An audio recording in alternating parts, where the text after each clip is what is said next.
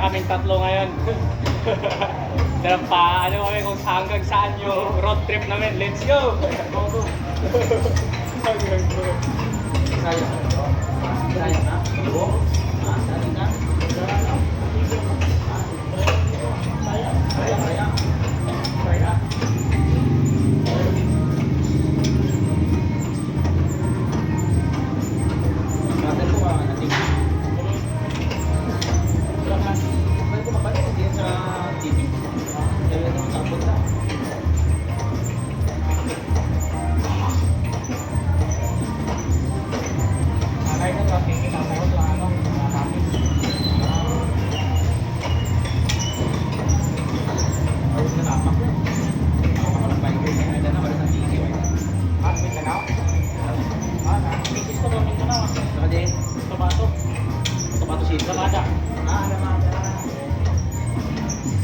Yan sana mo kami.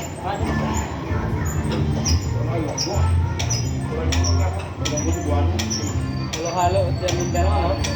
May Ilocano rin pati dyan, ano? Ay, marami Ilocano. Oo, marami Ilocano. Pinadala ni Marcos. Ha? Pinadala ni Marcos. Nung panahon, nung... Naghihirap ang Ilocos, pinadala yung mga Ilocano dito. Eh, yung mga malalaki rin lupain doon. Ilocano. Kasi masisipat din sila maglamasaka.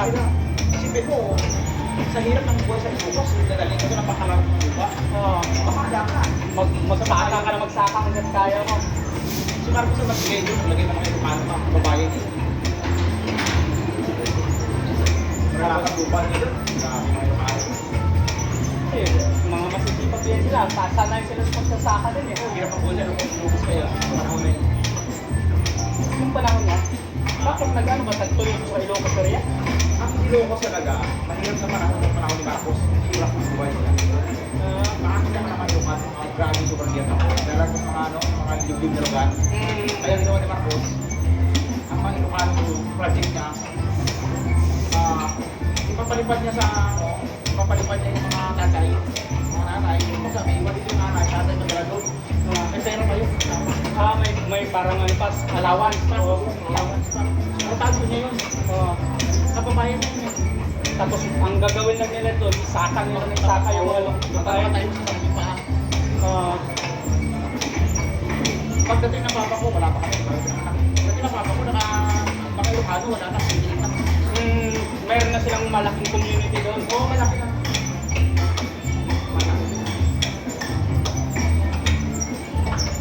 Kaya nung mabalitaan din yung iba na maganda, malapad yung mga lupain na puntahan din. Sige mo, saan ka pa? Kung bibigyan ng lupa, may pera ka pa. Okay, allowance ka pa. Parang ano, kapital mo. Hindi ko pa naman ang araw kasi hindi kasi ng araw kasi tawag mo. Malaki na ang panahon na yun. Okay, unang panahon na yun. Malaki na yun siya. Oo. Hindi ko na. 81 niya, 81 na ano, pinanganak. Yung mga 1990, gano'n. Oh, yung 25 centavos na makabili na tayo ng tinapay doon eh. Kasi ang bigita sa araw, grabe na yun. Parang pang allowance kung pabili ng bahay. Pangkapital mo na talaga yun. Bubuhay na yan. Napakalaking pera na. Ngayon, marami ka naman kikita sa daan na pakalat-kalat na ano eh. 25. Oo, wala lang pa. Wala nang dumadampot sa panahon natin. Yung 25 na yan, tuwang-tuwa na tayo. Wala na yan. Pag nakakita tayo sa daan yan, tuwang-tuwa na tayo. Makabili na tayo ng tinapay. Tira-tira. Oo, tira-tira. O kaya tinapay, yung matitigas na tinapay. Slim bread. Oo, yung mga ganun. Meron pa dyan isa, yung parang may Tinga-tinga.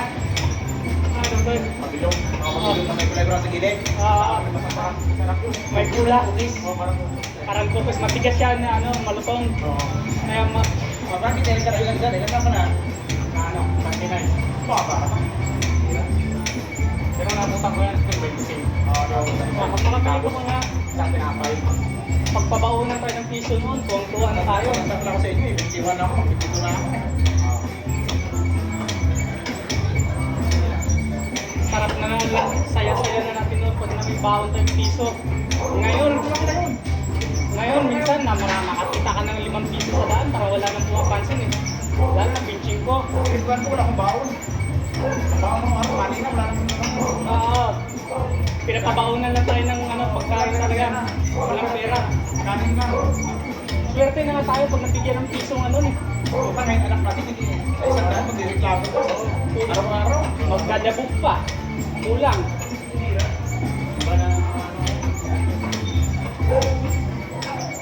Dati pag nakatusan ko, hindi mo na tayo nakatusan eh. Hindi mo nakatusan Nasanayan na, nagiging routine na kasi. Pagkatahin, gawa ng plato.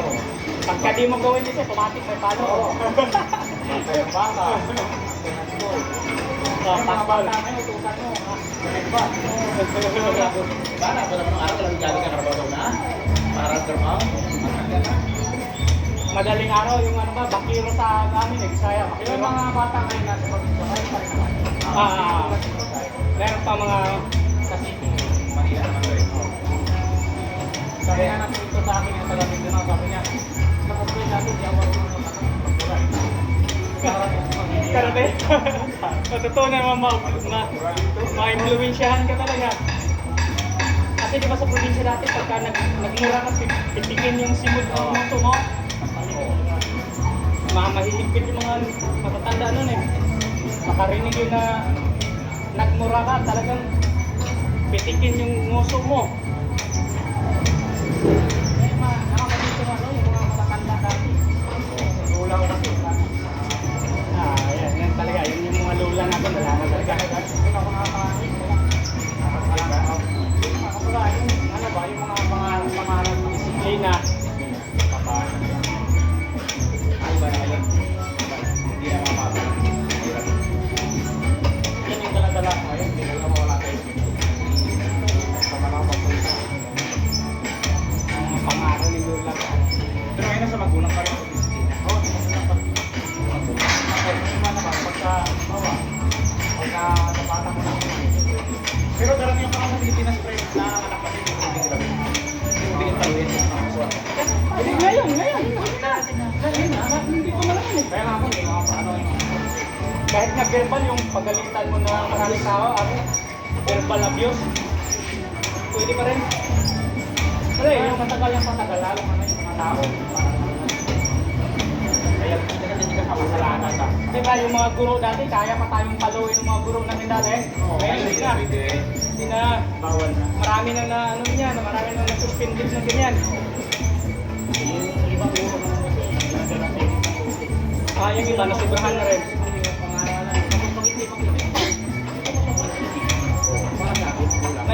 Mayroong ano dahil parusa. Pagka di ka sumunod, parusa talaga.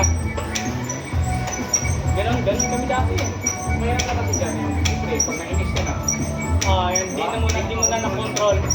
Na out of control na yung ano mo. yan yung nangyayari. Parang lumagpas ka na rin sa limitasyon. Kaya din yung iba, napuna. Kasi yung mga bata, tulad ng masarap din ang fruit. Pare-parehas naman talaga tayo. Yung nakapikit ako ng isang eraser na lumipad, Dala na. sino tayo ng mga kabataan natin? Makuha tayo tingin. Makaya tayo sa Makuha kahit. picture mo. Alam na. Kasi sanay tayo sa bahay pa lang. Ganun na yung ano eh. Ganun na yung disiplina eh. Start sa bahay. Pagdating naman sa school, mayroon pang panibagong disiplina doon.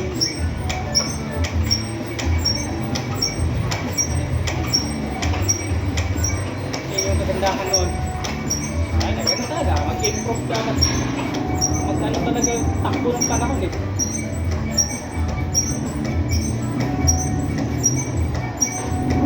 Gaya-gaya kasi tayo sa American style eh. Di ba sa kanila doon, hirap disiplinahin mga bata. Biglang namamarila na yung mga bata doon pagka... Di ba marami mga kasong pamamaril doon, mga bata na namamaril. Na-depress lang pala yung bata, tapos hindi mo na kasi makausap eh. Kaya nang naburyong na, bigla naman rin. Lalo pala yung mga. Tsaka ano rin sa kanila, madali na makabili ng baril doon. Bali ka na doon? Pakita ka lang ng ID doon eh. Makapera ka, ID ka. Makakabili ka ng baril. Wala pang limit no, di kagaya sa ano. Kasi sa kanila kasi, kasi sa kanilang record, hindi mo yan, alasa kung saan ka nakatira. Saka yung balang na gamitin mo, naka-register. Rehistrado talaga lahat. Kaya kung nagpaputok ka ng slot, alam na ikaw bumarin yan. Kahit sa pamigay mo yung bala na yan, pumuntok yan, ikaw manakibit, ikaw mahulog. Ikaw pa rin kasi kung bumili. Oo. Sa'yo tayo nakarehistro.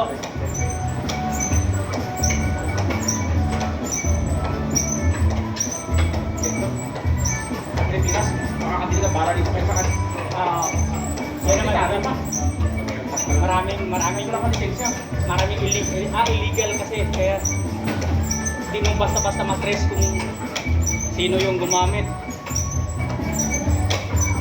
Daming mga lost firearm tawagin nila. Lost firearm to tawag doon. Lost fire, ha? Kasi de-registrado eh. Oh, marami pang magawaan dyan sa Danao na pang Dapat kasi illegal na lang talaga yan para para makontrol. makontrol.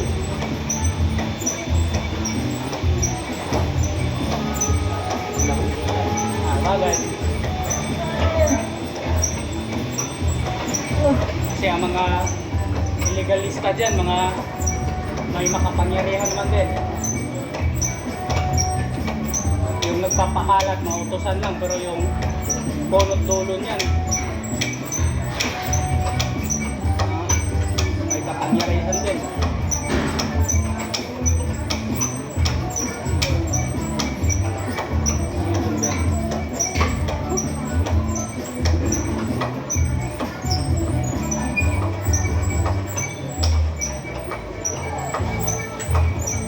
Na.